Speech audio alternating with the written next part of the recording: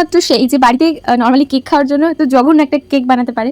মানে ডেকোরেশন দেখলে তোমরা বুঝতে পারবে আমার কেক এতটাই বাজে দেখতে হয়েছিল। দেখো, অর্ডারের কেক বানানোর পরে আমাদের প্রত্যেকটা হোম মেকারের কাছে অনেক ক্রিম বেঁচে থাকে, আর সেই ক্রিমগুলো আমরা কি করি, বাড়িতেই কেক বানিয়ে খেয়ে নিই। বেন্টো কেক দুটো লেয়ারেরই হয়, আর পাতলা পাতলা লেয়ার হলে 3টে হয়। তো আমি এখানে দুটো লেয়ারেরই নিয়েছি, আর বাকি দুটো লেয়ার আমি কি করবো সেটা পরে দেখাচ্ছি। আমি বাড়িতে বানানোর জন্য এত বাজে একটা কেক আমি বানিয়েছি, আমি নিজেই দেখে আমি ভাবছিলাম যে ভিডিওটা আমি শেয়ার করবো না। তো আমি আর বেশি কিছু দেখালাম না, আমি ডিরেক্ট একদম লাস্টে তোমাকে দেখে দিচ্ছি। কেকের উপরে জাস্ট যা করে একটা ক্রিম দিয়ে একটা ডেকোরেশন করেছি, এমনি লিখে আর লাভ লাভ দিয়ে দিয়েছি।